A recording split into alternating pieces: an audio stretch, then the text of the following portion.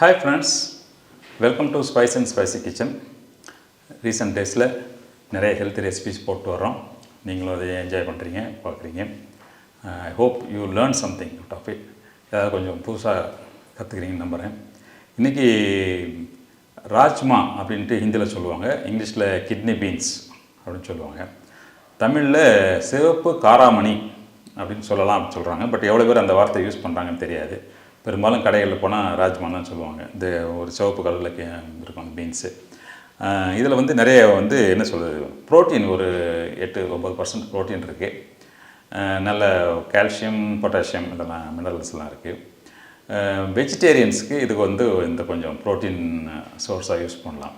இப்போது 100 கிராம்ஸு ராஜ்மா சாப்பிட்டிங்கன்னு சொன்னால் ஒரு 9-10 கிராம் உங்களுக்கு ப்ரோட்டீன் கிடைக்கும். 100 கிராம் சாப்பிட முடியுமா ஒரு ஆளால் அப்படின்னா சொல்ல முடியாது. எந்த அளவுக்கு அது சாப்பிட முடியும்னு சொல்ல முடியாது. ஏன்னா இதில் வந்து ஃபைபர் நிறைய இருக்குது, ஒரு 6% ஃபைபர் இருக்குது.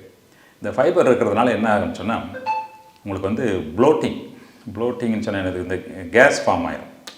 இந்த ஃபைபர் வந்து நார்மலாக சாப்பிட்டதுக்கப்புறம் அது இவ்வளோ போய் எக்ஸ்பேண்ட் ஆகும். இந்த தண்ணியை அப்சார்ப் பண்ணி எக்ஸ்பேண்ட் ஆகும்னா வயிறு வந்து நிறைஞ்ச மாதிரி, வயிறு வந்து கொஞ்சம் என்ன சொல்கிறது, ஒரு ஸ்டஃபியாக வயிற்றுக்குள்ளே ஏதோ வச்ச மாதிரி ஒரு ஃபீல் வரும்.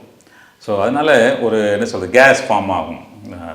ஷார்ட்டாக சொல்லணுன்னா ஒரு துவரம்பருப்பு சாப்பிட்டா என்ன ஆகுதோ ஒரு அந்த மாதிரி ஒரு இது சாப்பிட்டா வந்து உங்களுக்கு கேஸ் ஃபார்ம் ஆன மாதிரி ஒரு ஃபீலிங் வரும்.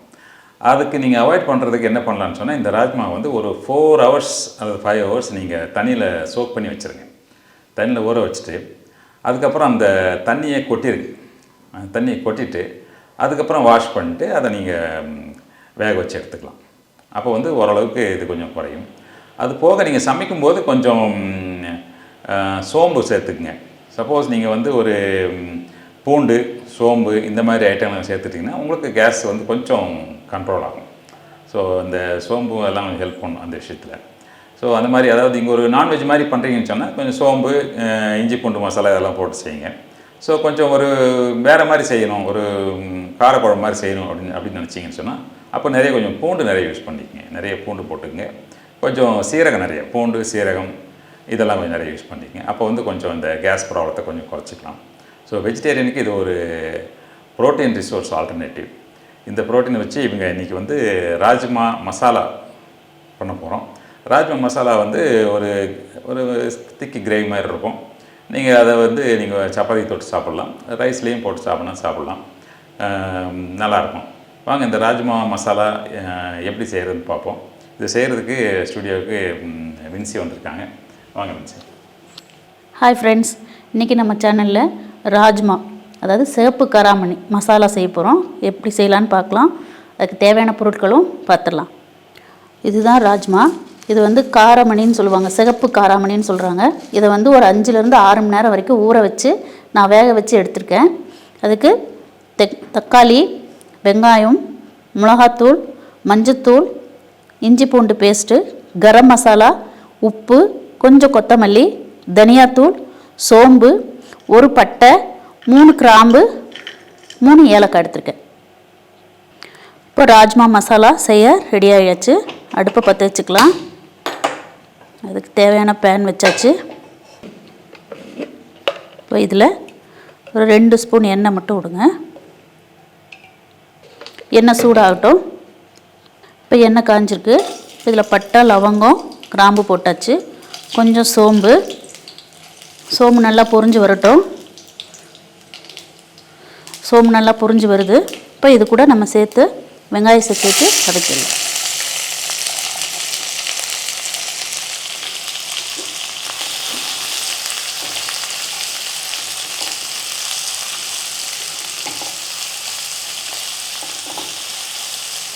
இந்த வெங்காயத்து கூட கொஞ்சம் நம்ம உப்பு சேர்த்துக்கலாம். கொஞ்சம் நல்லா சீக்கிரம் வதங்கிடும்.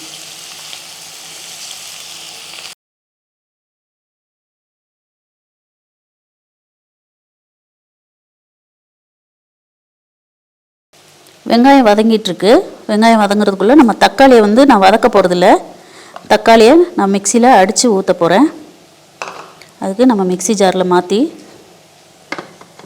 நல்லா பேஸ்ட் ஆக்கிடலாம். நல்லா தக்காளி நல்லா அடித்தாச்சு. இப்போ இதை எடுத்துருவோம்.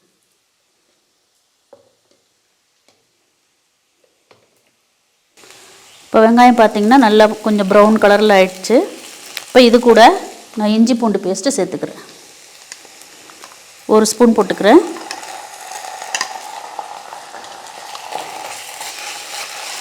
இதுவும் பச்சை வாசனை போகிற அளவு நல்லா வதக்கிக்குங்க.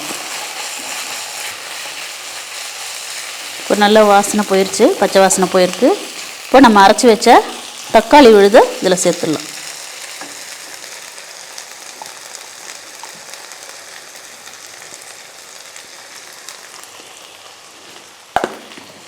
இதுவும் கொஞ்சம் பச்சை வாசனை போகிற வரைக்கும் நல்லா வதக்கிக்குங்க.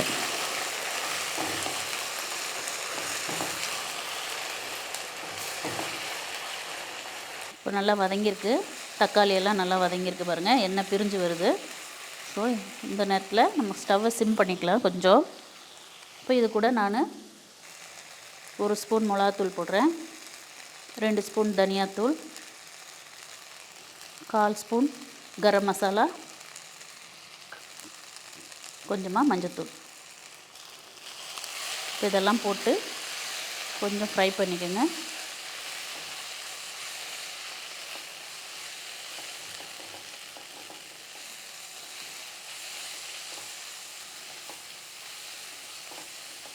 கொஞ்சம் ஃப்ரை ஆனோடனே நம்ம கொஞ்சம் தண்ணி சேர்த்துக்கலாம்.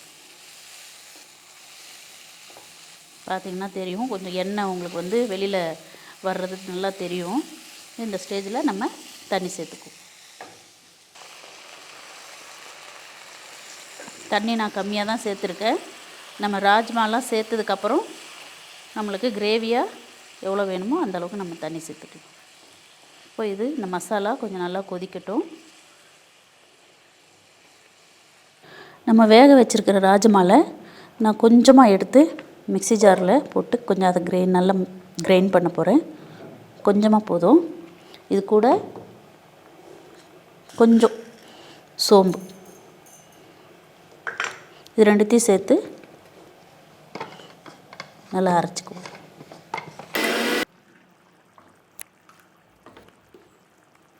இப்போ நல்லா மசாலாலாம் நல்லா கொதிச்சு வந்திருக்கு. இது கூட நம்ம அரைச்சி வச்சுருக்கிற ராஜ்மா அதை இதில் சேர்த்துடலாம். இது வந்து நல்லா கொஞ்சம் திக்னஸ் கொடுக்கும், ஏன்னா நம்ம தேங்காய் அரைச்சி ஊற்றல, அதனால் இதை கொஞ்சமாக அரைச்சி ஊற்றிருக்கோம்.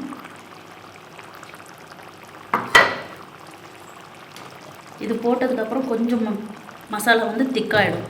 ஸோ அதனால் உங்களுக்கு தேவைப்படுற தண்ணியை நீங்கள் சேர்த்துக்கணும்.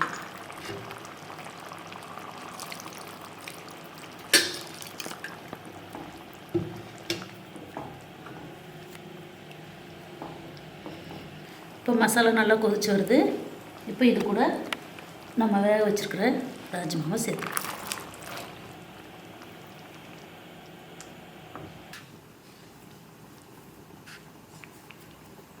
இப்போ எல்லாமே கலந்துட்டும், உப்பெல்லாம் போட்டாச்சு.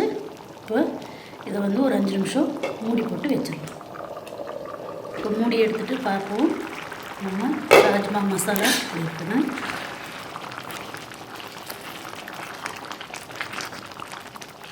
மசாலா ரெடியாக இருக்குது. இது சப்பாத்திக்கு, பரோட்டா, சாதத்துக்கு எல்லாத்துக்குமே நீங்கள் சாப்பிட்லாம். இப்போ லாஸ்ட்டாக கொஞ்சமாக கொத்தமல்லி தழை போடுறேன்.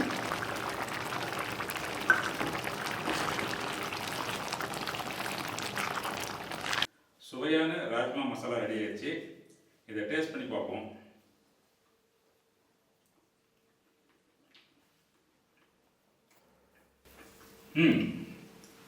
நல்லா இருக்கு. எங்களுக்கு ஐடியில் படிக்கும்போது ஹாஸ்டலில் போடுவாங்க எவ்ரி சாட்டர்டே ராஜ்மான்னு சொல்லிட்டு. அப்போ ரொம்ப கிண்டலாக இதை ராஜ்மான்னு சொல்லாமல் தமிழ் மக்கள்லாம் இந்த ராஜம்மான்னு சொல்லி கிண்டல் பண்ணுவாங்க. ஏன்னா அவங்களுக்கு அந்த என்னென்னா இந்த இப்போ இங்கே வந்து திக்காக இருக்கு இல்லையா, அங்கே பண்ணுறது வந்து அவங்க திக்காக இருக்காது. ஏன்னா அந்த இதில் வந்து இவங்க இந்த பருப்பு கொஞ்சம் அரைச்சி இவ்வளோ ஆட் பண்ணதுனால இந்த இது வந்து கொஞ்சம் திக்காக இருக்குது. ஸோ சப்பாத்தி பார்த்து தொட்டு சாப்பிட்றது நல்லாயிருக்கும். ஸோ அங்கே வந்து அந்த மாதிரி பண்ண மாட்டாங்க. ஜஸ்ட்டு ப்ளைனாக வெங்காயம் தக்காளி போட்டு வேக வச்சு உள்ளே போட்டுருவாங்க. ஹாஸ்டலில் அப்படி தான் இருக்கும். ஸோ எங்களுக்கு அது அப்போ பிடிக்காது. பட் இப்போது நல்லா இருக்குது, பிடிக்குது, நல்லாயிருக்கு. நீங்களும் செஞ்சு பாருங்கள். கொஞ்சம் ப்ரோட்டீன் நல்லா ரிச்சான ஒரு ஐட்டம் இது. செஞ்சு பாருங்கள், பிடிச்சிருந்ததுன்னா லைக் பண்ணுங்கள், ஷேர் பண்ணுங்கள், சப்ஸ்கிரைப் பண்ணுங்கள். முடிஞ்சால் எங்கள் வீட்டுக்காரம்மாவுக்கு ஒரு ஓ போடுங்க.